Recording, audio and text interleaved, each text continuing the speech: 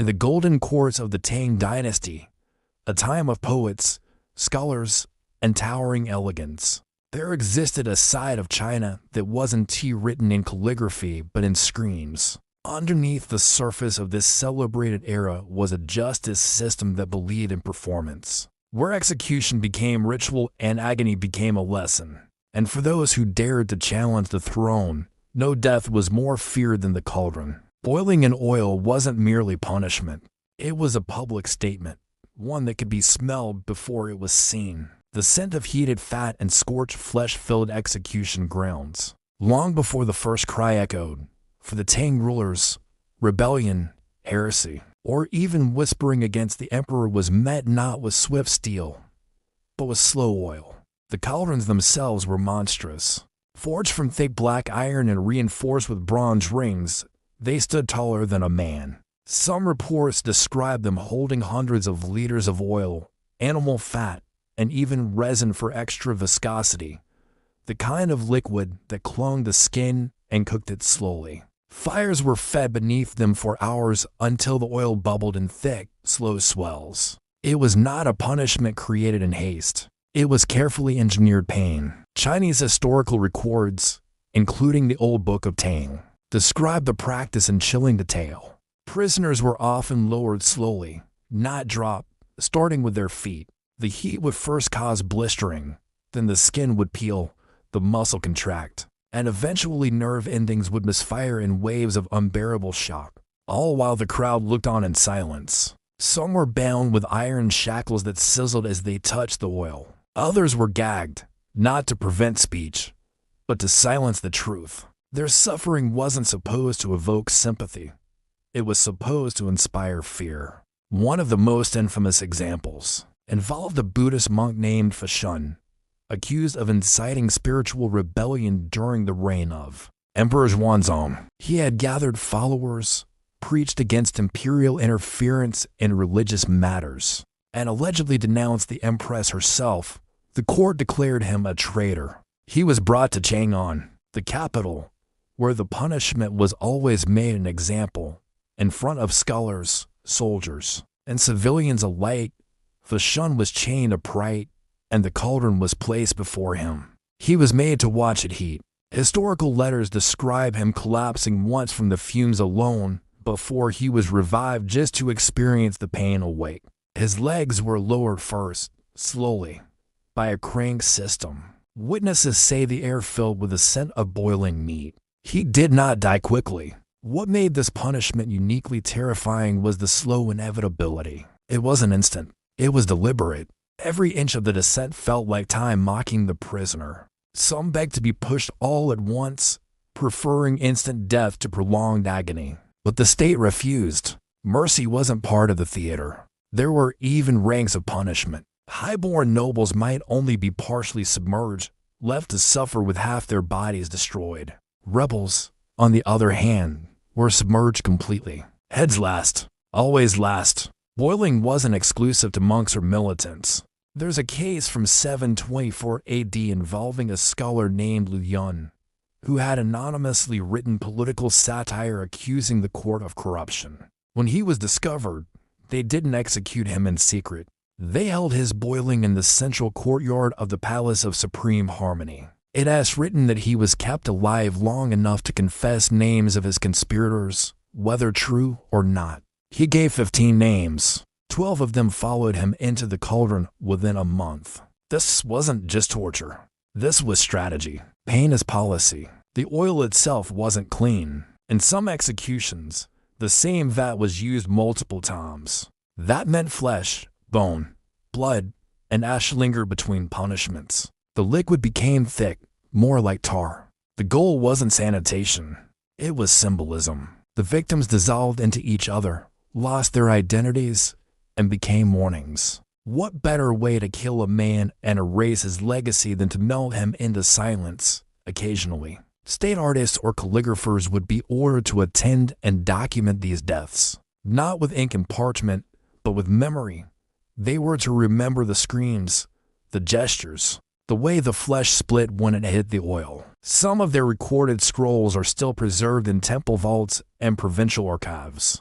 Their brushstrokes trembled with the pain they witnessed. And it wasn't always rebels. Some were scapegoats, low-ranking officials caught between factions, soldiers accused of cowardice, even peasants who happened to be in the wrong place during a food riot. The boiling pot was egalitarian. It didn't care about your birth. Once the sentence was passed, your body was a meal for the flame. Surprisingly, there were records of resistance even in death. A few rebels, knowing their fate, leapt into the cauldron willingly before they could be bound. One account speaks of a young woman named Jin Li, whose brother had been executed for stealing government grain. She attempted to assassinate a magistrate and failed. When brought before the oil, she spat at the officials, broke free for a split second, and hurled herself in. Witnesses said she didn't scream, but most victims didn't have the kind of control. Gagged, broken, some already tortured for days, they were little more than carcasses with breath. The punishment did not seek truth. It sought obedience. The only voice that mattered was the emperor's. The horror didn't end with the victim. Families of the boiled were often punished too. Properties seized, names erased from ancestral records, children barred from entering civil service. In death, the boiled didn't just lose their lives, they lost their lineage. And in Confucian society, that was a fate worse than death itself. It's easy now, in the distance of centuries, to see the Tang Dynasty as a beacon of cultural brilliance, and it was. Poetry flourished, the Silk Road thrived, astronomy, painting, and music bloomed.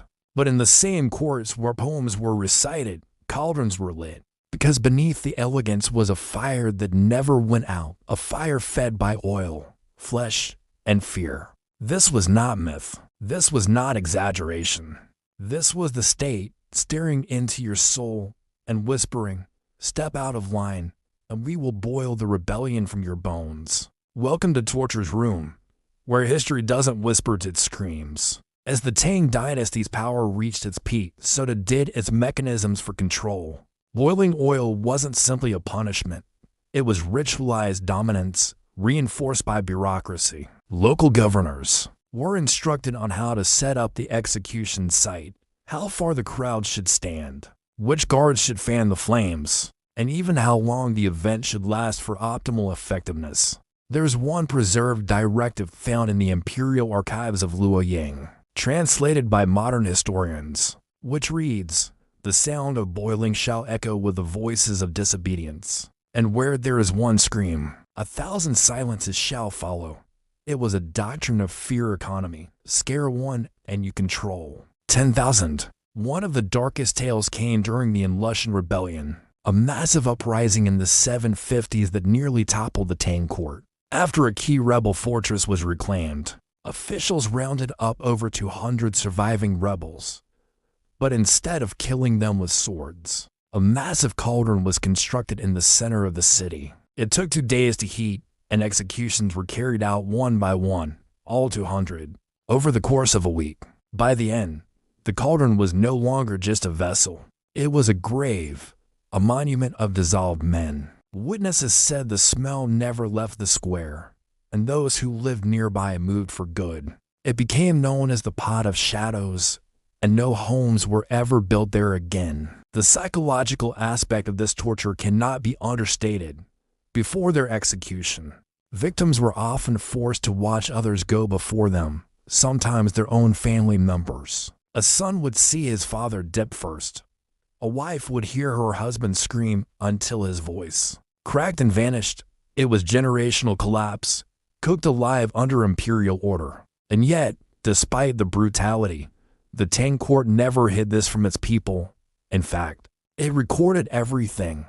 Ministers wrote about it in political diaries. Poets referenced it in metaphor. Even Confucian scholars, usually silent about cruelty, mentioned the cauldron as a necessary deterrent in a time of instability. Boiling, one stated, is not pain.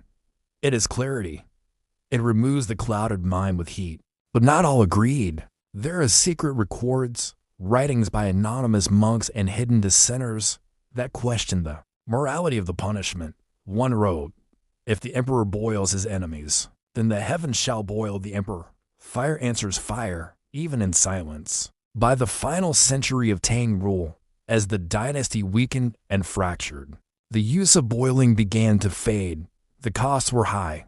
The backlash from rural provinces, especially Buddhist regions, increased, and the empire could no longer afford constant performance executions. But the legacy remained. Even dynasties that followed, the Song, the Ming, referenced the Tang Cauldrons when discussing how to manage rebellion. The image of a man, suspended by chains, screaming into hot oil, became a cultural imprint, a warning told to children, a myth kept alive in whispers. And perhaps the most disturbing truth of all is this: for the Tang Dynasty, boiling wasn't seen as excessive. It wasn't fringe justice. It was policy, taught in court law, debated by advisors, perfected over decades. For them, it was no different than exile or hanging, just hotter today. Fragments of those execution sites still exist: unearthed bronze rings, charred foundation stones, broken crank mechanisms used to lower the condemned. Archaeologists in Chang'an and Luoyang have documented remnants of cauldron pits, lined with blackened brick. Nothing remains of the victims, no bones, no names, only silence. And maybe that's the cruelest part. To be boiled alive is to be erased in real time.